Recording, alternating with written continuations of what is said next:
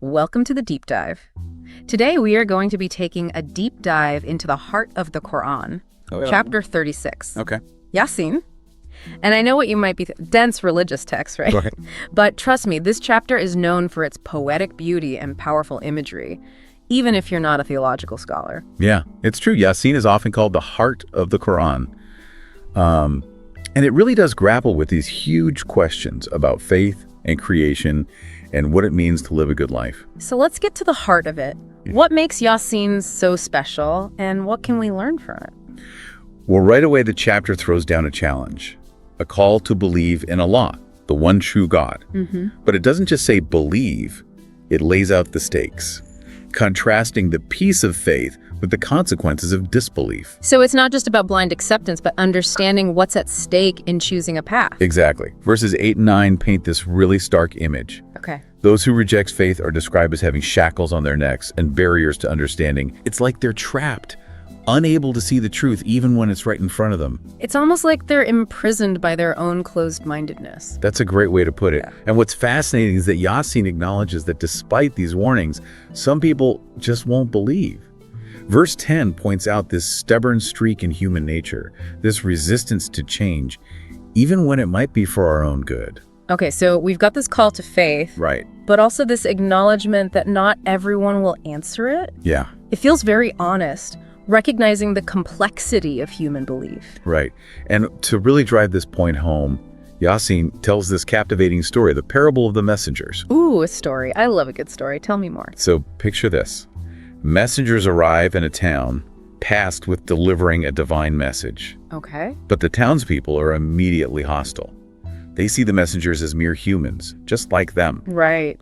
And they scoff at the idea that they could be carrying a message from God. It's that classic tale of human arrogance, thinking we've got it all figured out and dismissing anything that challenges our worldview. Exactly. But what happens to these messengers? Do they just give up and go home? Not a chance.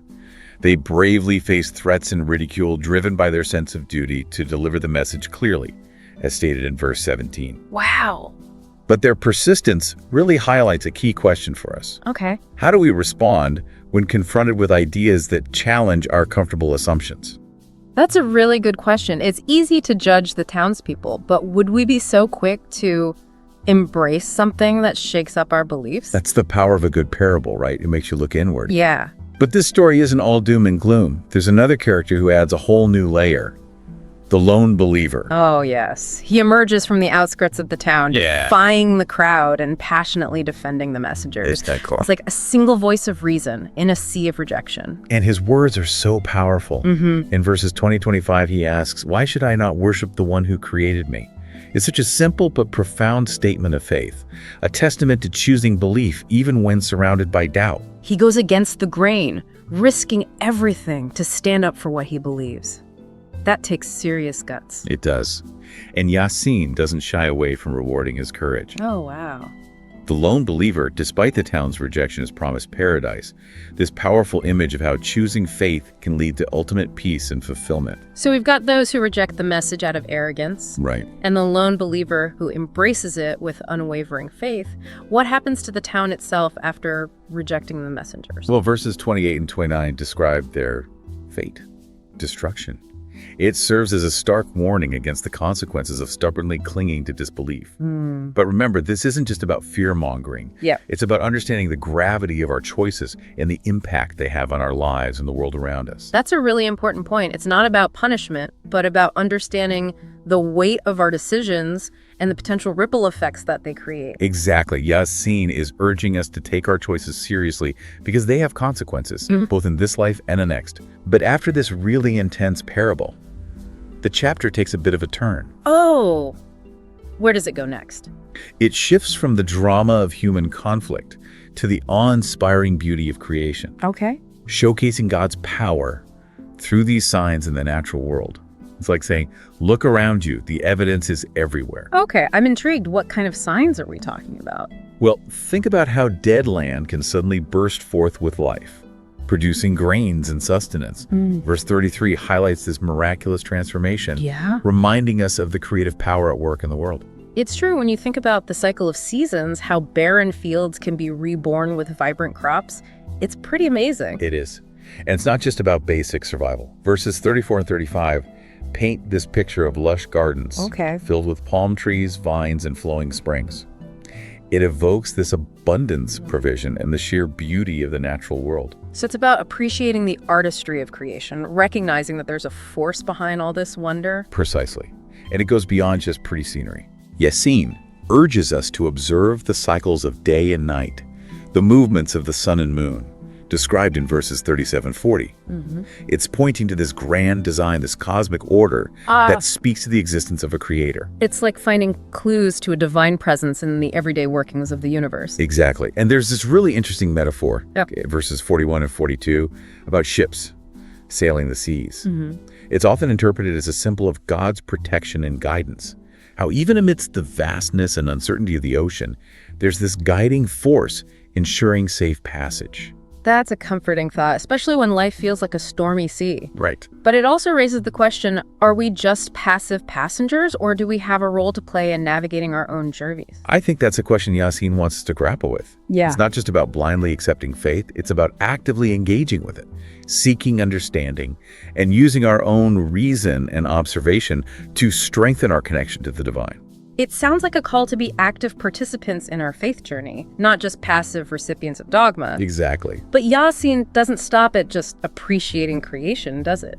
You're right. There's more to this story. You're right. After this exploration of natural wonders, the chapter takes another turn. Okay. Reminding us that appreciating creation isn't enough. It's time to confront a more serious theme. Human accountability. Okay. Things are about to get real. In a way, yes. Okay. Verses 45 through 54 are all about heeding warnings, Okay. understanding that our actions have consequences, and ultimately seeking mercy. Yaseen paints this vivid picture of the day of judgment, Wow. when every single person will be held accountable for their deeds. Okay. But the key here is absolute fairness. Right. No injustice will be done. So it's not about arbitrary punishment, Right. but about facing the natural consequences of our choices, good or bad. Exactly. Yeah. And it really highlights this tension between justice and mercy, emphasizing that while we are responsible for our actions, there is always room for forgiveness and redemption.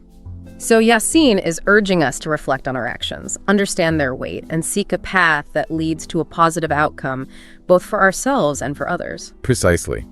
It's about recognizing that our choices matter not just in some abstract way, but in a very real and tangible way that impacts our lives and the lives of those around us.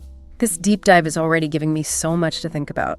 We've covered the call to faith, the parable of the messengers, and these incredible descriptions of creation as evidence of a divine power. Right.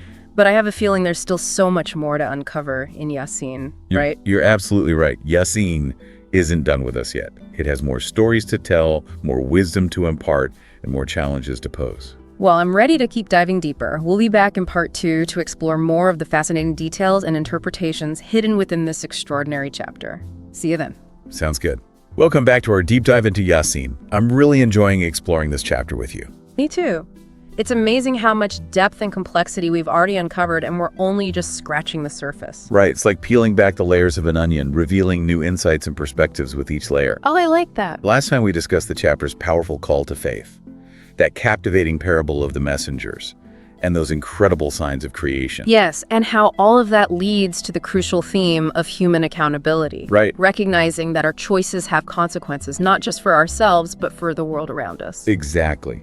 But let's circle back to that parable of the messengers for a moment. Okay. There's still so much we can unpack there. Okay. Especially when we consider the historical context and the deeper symbolism woven into the narrative. Okay. I'm ready for another layer of the onion. Remind me, where exactly were these messengers sent? That's where it gets really interesting. The Quran doesn't actually specify a location. Huh. The town remains unnamed, Okay. adding this layer of universality to the story. Oh. It could be any town, anywhere, at any point in history. So it's not meant to be a literal historical event, but more of a timeless tale about human nature and our response to truth. Exactly. The ambiguity of the setting allows us to see ourselves in the story, Yeah. regardless of our background or beliefs. Right. It forces us to ask, how would we react if confronted with a message that challenged our worldview? That's a powerful question, especially in today's world where we're constantly bombarded with information and conflicting viewpoints. Yes. And remember, the townspeople's initial reaction was to dismiss the messengers simply because they were human. Right.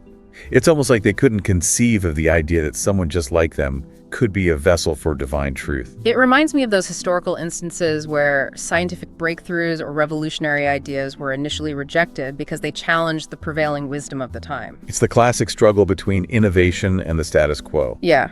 But what's interesting is that the messengers don't back down. Oh, wow. They persevere despite the rejection and even threats of violence, highlighting the importance of standing up for what you believe in, even when it's unpopular. Their unwavering commitment to their duty is really inspiring. It makes you wonder where that strength comes from, that ability to face adversity head-on without wavering.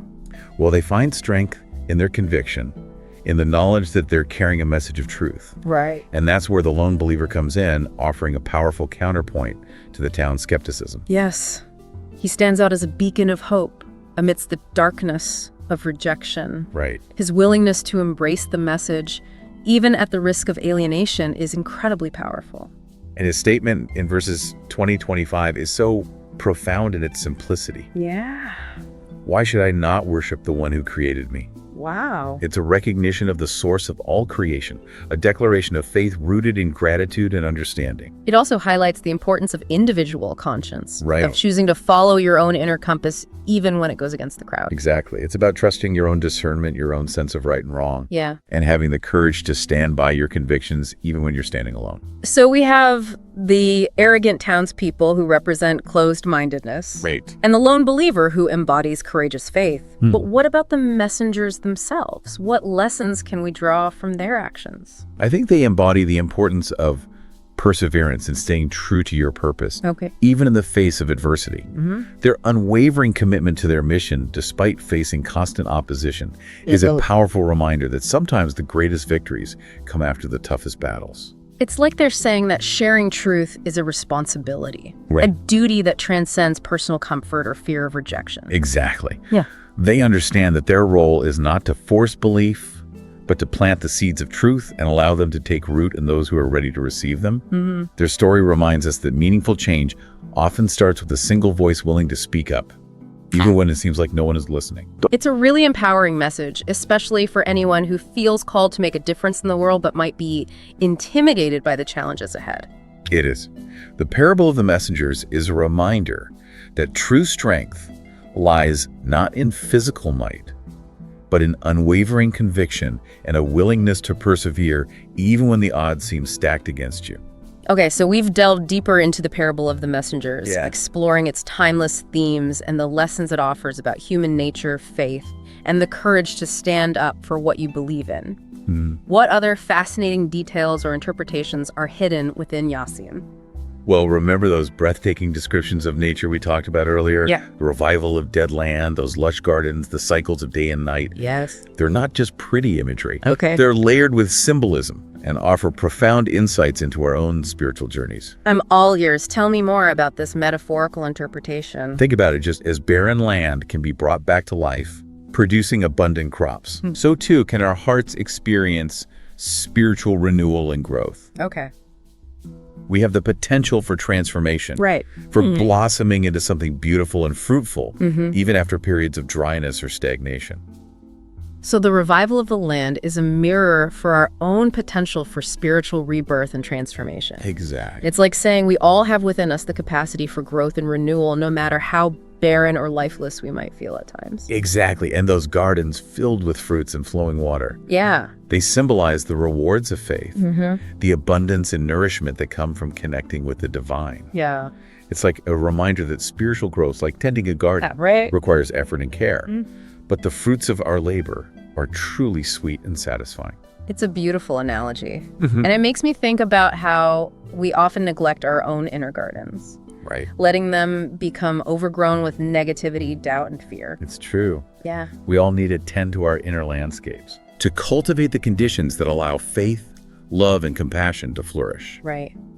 And Yaseen offers us a guidebook for doing just that. So it's not just about passively believing. Right. It's about actively cultivating our spiritual gardens, nurturing the seeds of faith, and reaping the rewards of a life lived in alignment with divine principles. Precisely. Yeah. And just as the sun and moon follow their ordained paths, so too should we strive to follow a path of righteousness, Okay. a path that aligns with God's will. Right. It's about finding our place in the grand cosmic order, understanding that our individual journeys are part of something much larger and more magnificent than ourselves. It's like Yaseen is inviting us to zoom out and see our lives from a cosmic perspective, recognizing that we're not just isolated individuals, but interconnected beings participating in a grand universal dance. Exactly. And remember that intriguing metaphor about ships sailing the seas? Yeah. It goes beyond God's protection and guidance. Okay. It also speaks to our own journey through life. We're all navigating the vast ocean of existence, facing storms and challenges along the way. Right. That image really resonated with me. But what does it say about our role in this journey? Are we just helpless passengers tossed about by the waves? I think Yaseen is suggesting that we have more agency than we realize. Okay. While we can certainly rely on faith and God's guidance, we're also called to be active participants in our own journeys. Right. Just as a ship needs a skilled captain to navigate safely, Right. we need to cultivate our own inner compass, our own wisdom and discernment Okay. to steer our lives in a meaningful direction.